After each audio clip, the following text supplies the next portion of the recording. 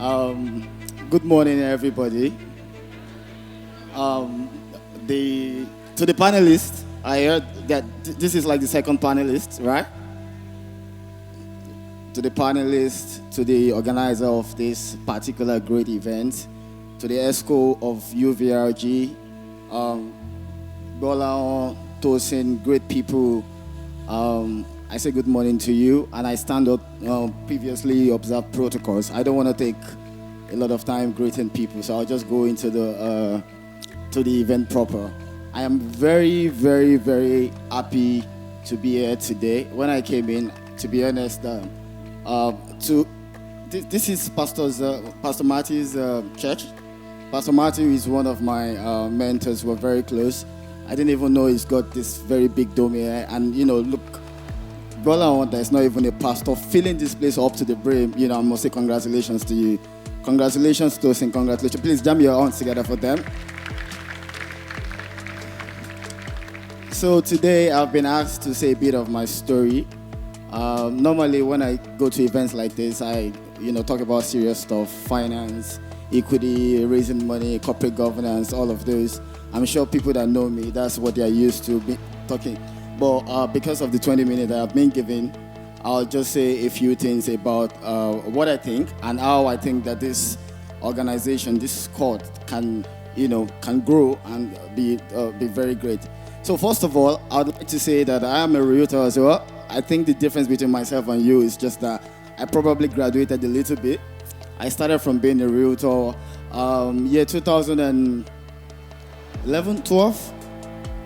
Someone from Grenadines Homes came to I was making shoes then, came to my office in around Yaba to buy shoes, and then brought a brochure from Grenadines. I think the project then was called Coral, if I can remember. And then fast forward, I also developed interest in real estate. I've always liked real estate. I wanted to do it, but I didn't think it was going to be this fast. I developed interest in real estate. I started marketing. But the crazy thing about marketing real estate then was there was no Instagram. There was Instagram, but it was not this popular. We didn't get our leads from Instagram. We would go with flyers, 1,000 flyers or more than that. Go to a hotel, I remember MR.NOLA. Sometimes you try to share these flyers, and then the security people, a lot of people come they embarrass you, they just send you out. And then, some of us that didn't really know how to market, because I used to be an introvert, I just became an extrovert because of real estate. Because I have to be shameless about getting my money. So I became shameless myself. But then I used to be an introvert. Then I would go, and then some people, a lot of rejections, a lot of no's. And then that made me want to talk about enjoying the process. Someone said that she sold her first real estate after 2 months. I sold mine after a year, and it was so difficult, very difficult, going in the sun of VI.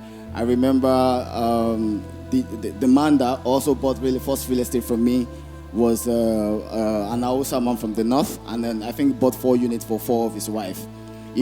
So I want you to enjoy the process. The first thing I'm going to ever say to you is that it is not abnormal. If you've not started making the money right now, you've not started getting the success that real estate's got to bring.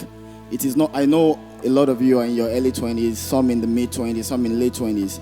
But it's only on social media. It's only social media that makes it look abnormal to be broke or unsuccessful at this stage. I was in. I don't know if any one of you know Bishop or Michael Konko. One of the things that God has helped me is network of good people. I remember I was in his office one time, and then Pastor Tola Oni, and then this was early back in the days. It was marketing real estate, was doing shoes, was doing a lot of things. And then I was about to leave his office. That day I did not have any money. I was so broke. But older people can know when people are very broke and stressed. So he called me back, and then he said, no, I was in my early 20s, if I think. He called me back and he said, sit down. I sat down. And he said, "NOLA, you're very broke." I said, "Yes." He said, "Good." He said, I just want you to know that it's not abnormal that you're broke at this stage. You know, it's not abnormal. You're enjoying the process. I want you to enjoy the process. You're going to learn a lot from it. You know, I actually thought it was going to give me at least maybe 20,000, but it didn't still give me nothing. But I took that particular word and I ran with it. So it's not abnormal. You know, just enjoy the process. The success is coming very soon. So back to my story. I started real estate, year 2011, 12. Around that time, started marketing real estate. And then, for Grenadines, I quickly, because I'll tell this story and I want you to pick one or two things from there, just to be able to apply into, the life of the kind of brand that you're building right about now. I was a voracious reader. I would, pick books up, read everything about real estate, about finance, about also other investment vehicles, because most of the people that bought real estate then, even right now, 90% of real estate buyers are not debutants, meaning that they are not buying for the first time, and then they bought before. So they know other investment vehicles, other asset classes. For example, someone was telling me yesterday that federal government will be raising another bond from Monday at 27%. Treasury bills. Anyone that know about the money market would know what that means. Meaning, if you give them 1 billion, they will give you 27% of 1 billion, which is 270 million upfront. And then you will then hold that certificate. You hold it for a year. That certificate, you can then use it to take loans, meaning you can get facility against it. These are wonderful instruments. Imagine the government raising this kind of instrument, and these are some of the things that discourage people from buying real estate. So when you're a real estate seller, you have to be very educated, and not just in that asset that you're selling, also in other asset classes, bonds, stocks, all of these things, because your clients will then ask you when you want to close all of these bigger deals that, look, okay, federal government is raising, why should I put my money in North Avalon? Why should I put my money in whatever estate that you're selling right about now in Camberwell Advantage? And then you then have to talk about diversification, about portfolio management, about all of these asset class, meaning that you have to be a voracious reader to be successful realtors. You have to develop yourself. You have to make investment in yourself. I've always said it, all the commissions that you collected or that you will collect, a percentage of it should be made as an investment in yourself, because this is the best investment ever. After you have now bought more real estate because it's good, and then you've saved and you've invested, you also have to invest in yourself so that you can close more deals, so that you can develop yourself. So I was a voracious reader. I'll pick up books. I would, and then at that particular time, I think we used to read one book in a month in the office, and then what's that thing after you have read books? And then people discuss about it, and then I quickly got the attention of, the MD of the company. I remember he took me to Banana Island. It was the first time I went to Banana Island. He took me to his house. Showed me his car, and then he told me. Then I told you I was making shoes, and he told me, how many shoes would you sell? He told me the amount that he got the house and the car in Banana Island, and then his wife was in Harvard. He then asked me that, how many shoes do I need to sell to send my children to Harvard? And I wanted to send my children to Harvard. Then I went home. I was passionate about shoemaking, but I thought about it. I thought about it. So, and then what I did was, I didn't want to kill my shoe dreams, right?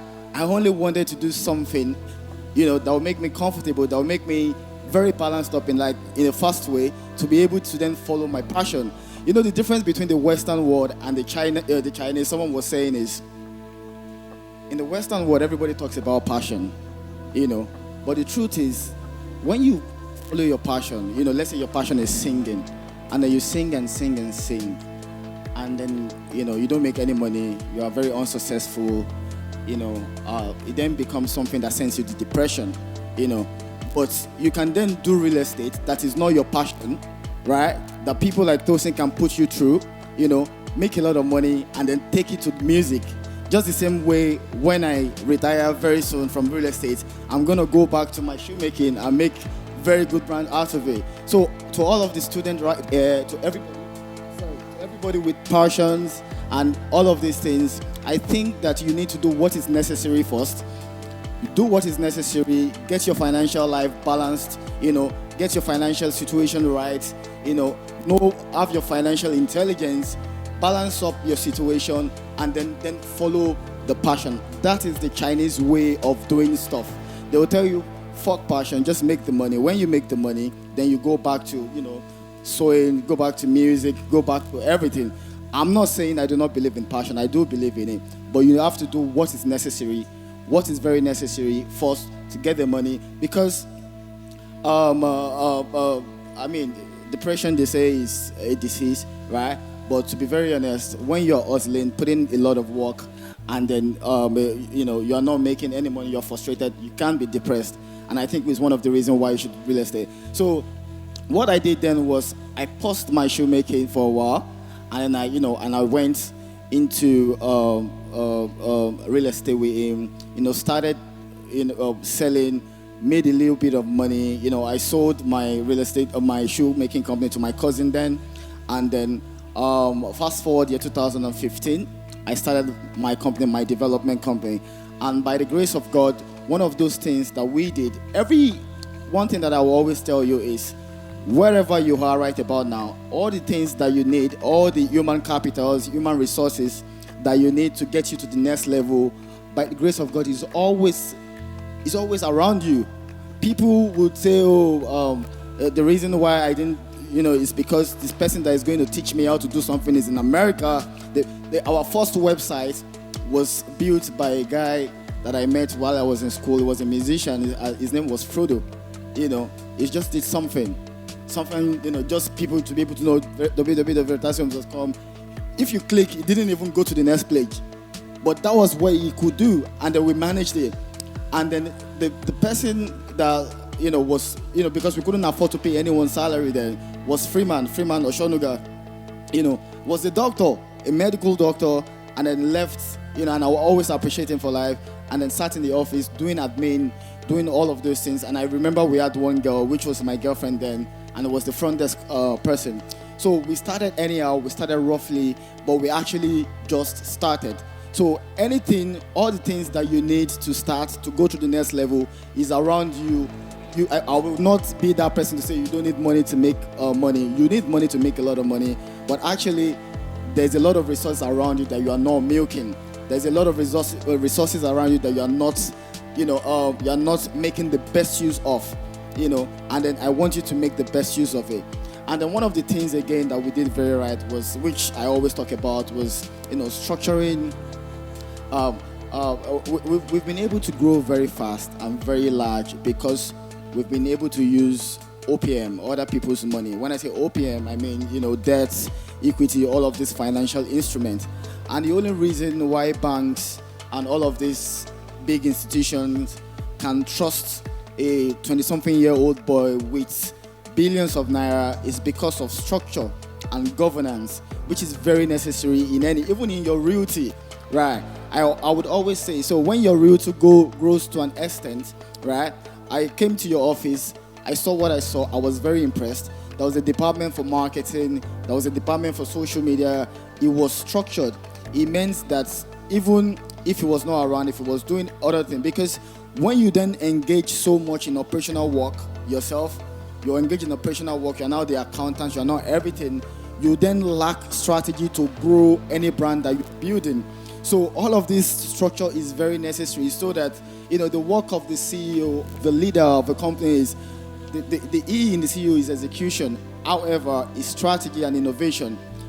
How do we then, go to the next level? How do we, move the brand to the next? The advice that I was going to advise you is, if you have all of these people, can you not build a tech product as well that can make all of these people grow? Because one of the reasons why tech is to be able to, for scalability, where your legs cannot reach, right? Do you know this kind of events can actually be happening in London? It can be happening in Canada, different people coming together that can be realtors and just because you have leveraged tech. It's the same tech that this Pastor Jerry Eze leveraged to have that amount of crowd. See, same tech that Pastor B leveraged. The last time Pastor B was doing an event in London, I was there, and it was a massive amount of people out because he has leveraged tech, Instagram, wherever to be able to get through his crowd. So leverage tech, and I want you to be able to have all of this kind of stuff in different places, around the world, and help a lot of your people. So, continuing my story. Is it 20 minutes yet? I'm so sorry. I talk a lot. I didn't need. Thank you. I wanted to come on stage and just do 15 minutes because I was actually a bit under the weather this morning. But anytime I get the mic, I just the Holy Spirit give me a lot of stuff to say. So let me just I'll try to round up very fast. So yeah. So I was talking about how everything that you need to go to the next level is around you. How corporate governance is very important. How structuring a business, any kind of business that you are, is actually very important. How that plan, that's business plan, is actually very important. How every time you market, you make, and then you get commission or you get paid, some of your a big part of your commission must be dedicated into getting more businesses. I was telling people, Veritasi people last week when I came back, look, why is there no advert that is just perpetually running? And they were telling me, because there's no new product. And I was saying, that doesn't need to be a new product. There has to be an advert that's perpetually running, whether there's a new product or not. The Facebook is almost $1 trillion company. They advertise on Google every time. All of this company advertise Rolls-Royce, Boeing, right? They advertise. The only reason why you're not seeing Rolls-Royce advert is because they were not targeting you, or they are not targeting.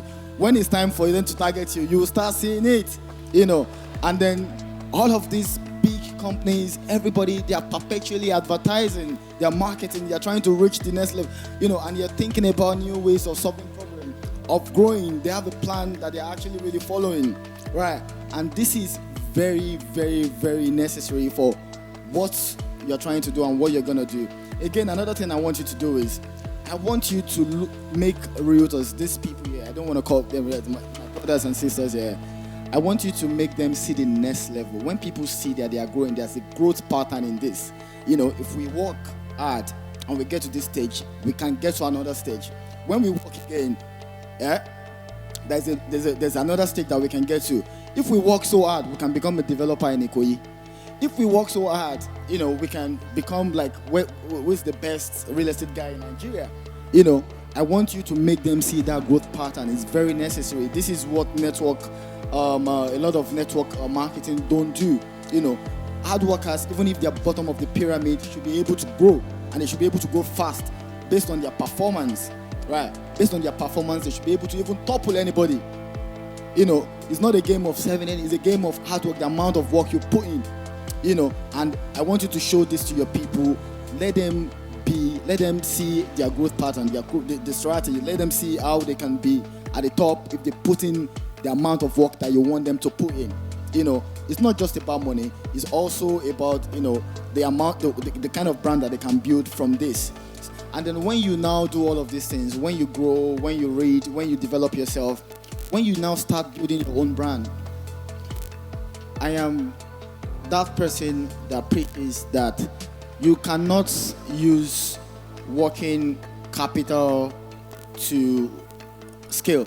It's so difficult to use working capital. What I mean by that, let me explain to you. The capital that you need to, do OPEX, I'm trying to break it down to the simplest, because I know there's a lot of us might not be, So salaries, videos, all of these things, that's like OPEX, right? Running an office, paying rents, everything. That same capital, if you check it very well, most of the biggest brands in the world, in realty, in, fine and country, I hope they are not developers. I don't know if they're developing now, but They used to be one of the best marketing companies in the world, real estate marketing company. Fine and Country. I know about Knight Frank. They're so big in the UK. In other countries, I know about Dia Fatime. These are valuers and real estate, Ubosi. These are people that have built wonderful brands out of real estate, and they didn't even do development. Also, and these are people that used OPM to scale. This is the only money that you can use to scale.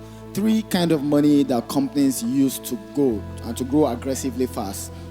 Is cash reserves. Cash reserves is the profit that you get from the business. However, it makes the growth very slow. And the secondly is equity, and the third is debt. So I'm a preacher of debt, and then the only way that you can get debt is by structuring your company, corporate governance, good CAC, good business plan, good feasibility studies, knowing who to talk to, developing yourself, knowing how to approach investors, talking to investors, diluting your company. All of these things, I've talked about it in different of my videos online, which you can learn.